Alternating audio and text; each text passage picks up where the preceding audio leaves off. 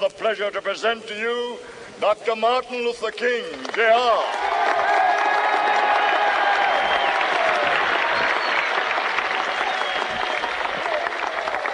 I am happy to join with you today in what will go down in history as the greatest demonstration for freedom in the history of our nation.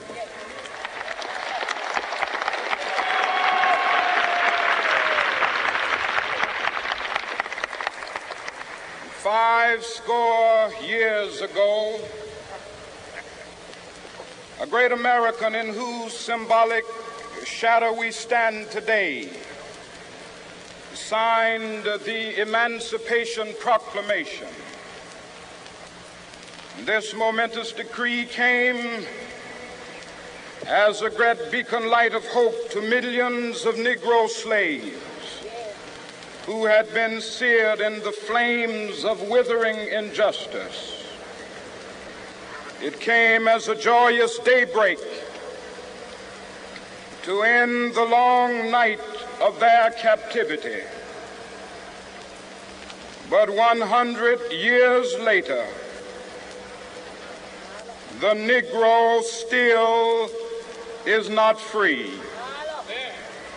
100 years later, the life of the Negro is still sadly crippled by the manacles of segregation and the chains of discrimination. 100 years later, the Negro lives on a lonely island of poverty in the midst of a vast ocean of material prosperity. 100 years later, the Negro is still languished in the corners of American society and finds himself in exile in his own land. And so we've come here today to dramatize a shameful condition. In a sense, we've come to our nation's capital to cash a check. When the architects of our republic wrote the magnificent words of the Constitution and the Declaration of Independence, they were signing a promissory note to which every American was to fall heir. This note was a promise that all men, yes, black men as well as white men, would be guaranteed the unalienable rights of life, liberty, and the pursuit of happiness. It is obvious today that America has defaulted on this promissory note insofar as her citizens of color are concerned. Instead of honoring this sacred obligation, America has given the Negro people a bad check, a check which has come back marked insufficient funds.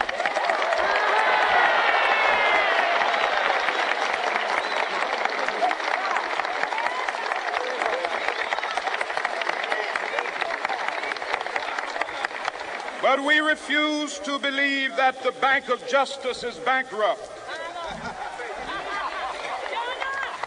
We refuse to believe that there are insufficient funds in the great vaults of opportunity of this nation.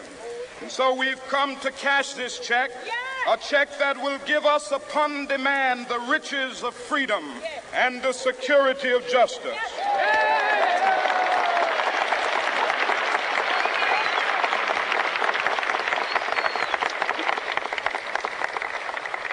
We have also come to this hallowed spot to remind America of the fierce urgency of now. This is no time to engage in the luxury of cooling off or to take the tranquilizing drug of gradualism.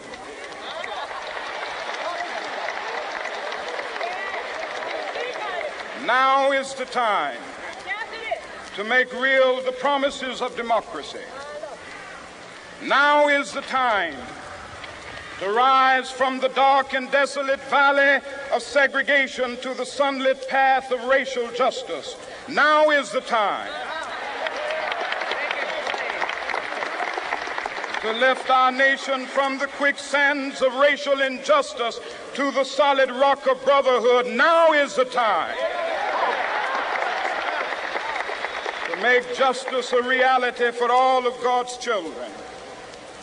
It would be fatal for the nation to overlook the urgency of the moment. This sweltering summer of the Negro's legitimate discontent will not pass until that is an invigorating autumn of freedom and equality. 1963 is not an end, but a beginning. Those who hope that the Negro needed to blow off steam and will now be content will have a rude awakening if the nation returns to business as usual.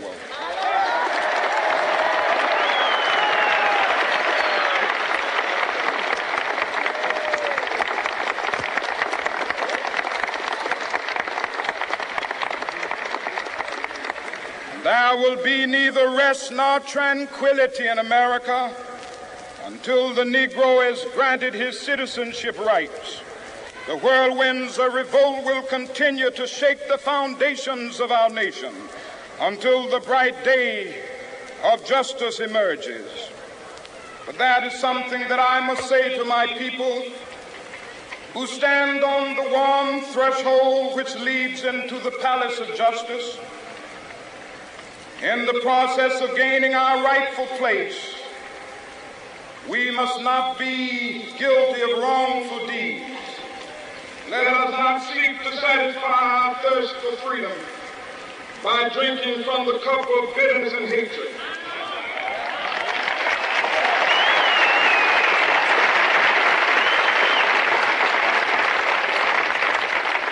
We must forever conduct our struggle on the high plane of dignity and discipline. We must not allow our creative protest to degenerate into physical violence. Again and again, we must rise to the majestic heights of meeting physical force with soul force. The marvelous new militancy which has engulfed the Negro community must not lead us to a distrust of all white people. For many of our white brothers, as evidenced by their presence here today, have come to realize that their destiny is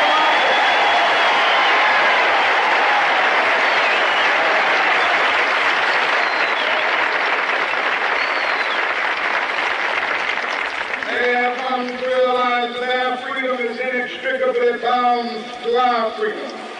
We cannot walk alone. As we walk, we must make the pledge